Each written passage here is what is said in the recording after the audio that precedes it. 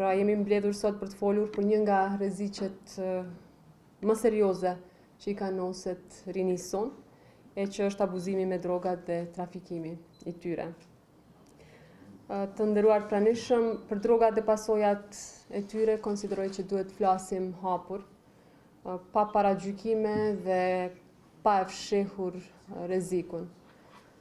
Duhet flasim në shkolla, duhet flasim po ashtu me prindër, me mësimdhënës, por gjithashtu diskutime të vazhdueshme duhet kemi edhe me të rinjt, para se problemi të shfaqet pastaj në familje si krizë. Më ka rënë rasti që me taku shumë prindër, të cilët përballen me fëmijë që janë të varur nga substancat narkotike, sidomos në periudhën që e përmenda sa kanë qenë ministre e drejtësisë.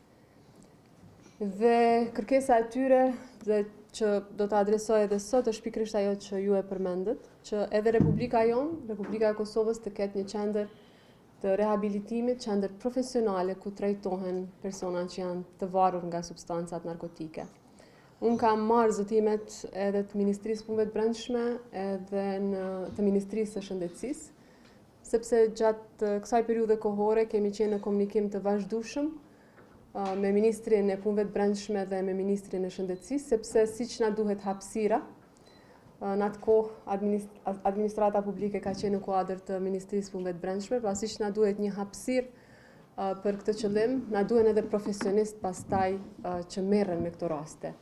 Dhe kur jemi tek profesionistët, pra këtu duhet të vendoset fokusi jon.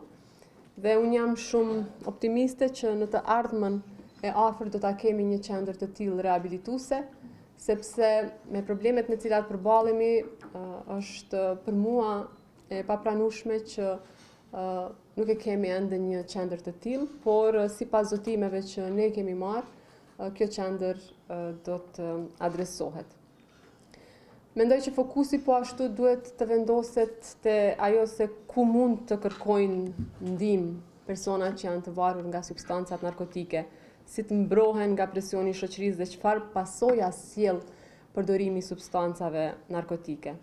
Duhet jemi të vendosur ndaj atyre që i shpërndajnë dhe i trafikojnë këto substanca, dhe të themi hapur se substancat narkotike mund të hyjnë në jetën e një njeriu shumë më herët se sa e kupton familja, shkolla apo edhe i institucionet e Republikës Kosovës. Ne kemi këtu edhe përfaqësuesin nga policia, por sipas asaj që ne kemi parë, numri rasteve që lidhet me përdorimin dhe posedimin e substancave narkotike mbetet i lartë. Posedimi i substancave narkotike vazhdon të ketë pra numrin më të madh të rasteve të cilat janë të regjistruara, por edhe trafikimi paraqitet me numër shqetësues rastesh. Pra kjo tregon që nuk kemi të bëjmë vetëm me përdorim individual, por edhe me rrjete që furnizojnë, që shpërndajnë dhe që përfitojnë nga ky treg i palitshëm. Vret se marijuana mbetet substanca më e pranishme, ndërsa rastet me kokain, heroin, ekstazi dhe substanca tjera dëshmojnë se tregu po bëhet më i larmishëm dhe më i rrezikshëm. Prandaj vëmendje duhet të kushtojmë shkollave. Nuk e di nëse këtu kemi përfaqësues nga Ministria e Arsimit apo Drejtoria e Arsimit në komunën e Prishtinës, sepse raportimet e vazhdueshme për praninë apo shitjen e substancave narkotike pranë shkollave janë alarm serioz për të gjithë ne. Unë e di që ata që janë prindër e din shumë mirë se për çka po flas, sepse pra rreziku po afrohet te obori i shkollës, prandaj kërkon vëmendje të madhe dhe veprime të menjëhershme. Parandalimi fillon me informim të saktë, me psikolog, me pedagog, me mësimdhënës të trajnuar, me prindër dhe me gjuhë që të rinjt na kuptojnë. Sepse nganjëherë vetëm e shohim se flasim kot kur e sheh që fëmia thjesht nuk e kupton ose nuk e pranon atë që i thua. Prandaj edhe si prindër duhet ta kuptojmë cila është çësia më e drejtë që duhet ta adresojmë tek fëmijët. Pra nëse të rinjt dëgjojnë për drogat vetëm nga rruga, nga rrjetet sociale apo nga ata që përfitojnë prej tyre, institucionet nuk do të mund të ndikojnë. Pra kjo qasja, po kjo çështje kërkon organizim dhe mobilizim të gjerë shoqëror, secili institucion duhet ta kryejë pjesën e vet, përgjegjësinë e vet. Personi i varur nga substancat narkotike nuk është as kriminal e nuk është as trafikant. Këta duhet me pas të qartë. Është njeri që ka nevojë për trajtim, që ka nevojë për mbështetje, edhe që ka nevojë për rehabilitim shoqëri. Kriminal është ai që shfrytëzon dobësinë e tij, që e furnizon, që e shtyn më thellë në varësi, por po ashtu edhe që përfiton, prandaj edhe vëmendja duhet jetë edhe te ky aspekt patjetër, pra pa e përjashtuar njëra tjetrën. Pra duhet jemi të pakompromis ndaj trafikantëve dhe maksimalisht të kujdesshëm ndaj personave që kanë nevojë për ndihmën tonë. Ne kemi pas shumë probleme të kohët e kaluara me drogën e tipit heroin, e cila dukshëm ka rënë që nga viti 2016-17, e kështu me radhë dhe ne u krenum që kemi bo punë të mirë bashkë me institucionet atëherë që patëm organizu disa aktivitete të jashtëzakonshme, por ndërkohë drogat kanë ndryshu, llojet e tyre kanë ndryshu prezencën këtu. Natyrisht marijuana është droga më e përhapur si dhe gjithka tjetër në Kosovë, por neve po na shqetëson shumë përhapja e shpejtë e përdorimit të kokainës, edhe një variant i saj në crack kokainë që quhet, e cila shkakton vashmërinë shumë më shpejt, por shkakton edhe tjera probleme duke rritur agresivitetin tek personat që e përdorin. Pra, këto janë që po ndodh momentalisht. A ka droga tjera? Po ka, por ato edhe po ndryshojnë me kohën, për shembull gjatë stinave të ndryshme ose sezonave. Tash ka problem për shembull me ekstazin, e cila gjerë në sezonën e verës është më prezente. E po na shqetëson shumë edhe drogat që janë ngjashme me kokainë, stimulant çfarë është amfetaminë dhe metamfetaminë. Na analizojmë se e kuptojmë që kokaina nuk mundet më shku më nalë që shpeshojmë ne, edhe jemi shumë shqetësuar sepse atë është droga më e shtrejtë që ekziston deri më tani, e përdorimi i saj shumë i madh. Mosha e përdorimit të kokainës ka rënë dukshëm, le ta bëjmë një krahasim të shkurtër, pra te viti para 4 viteve ka qenë mosha të cilët janë paraqitur për një shërbim tek ne ka qenë 45-55. Në vitin e kaluar ka rënë dukshëm 25-35 edhe tendencë të rrëmës. Për shembull, kemi tani edhe probleme me kokainë tek personat nën moshë, që është tepër shqetësuese për neve. Natyrisht mendoj që nuk është kuptuar mirë përdorimi i kokainës, sepse që të gjithë kanë menduar se nuk është një drogë e rrezikshme, është drogë shtresave të larta, nuk shkakton vashmërinë, edhe s'ka problem unë në nal kurdo.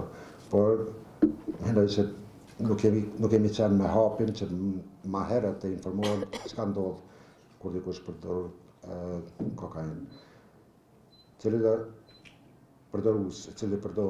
lloj droge 3 herë më shumë në javës, ne i quajmë përdorues problematik të drogës. Edhe kjo është definicioni që na e përdorim, ndërsa të tjerë mund quhen edhe përdorues drogave që përdorin ko pas kohë kështu me radhë. Kapacitetet tona në Kosovë për të kundërvër kësaj dukurie, natyrisht që kemi probleme, pra po flasim për trajtim, ka disa trajtime që mund të orientohen të shkojnë për përdorues të drogave, natyrisht kvaliteti i shërbimeve lën për të detyruar, por sidoqë që tjetë ka diçka. Kemi shumë problem sepse mendojmë që programet parandaluese janë të jetës peta deri jo ekzistente. Edhe kësaj në kësa të me jep rëndësi më shumë. Kjo që ajo që deshta unë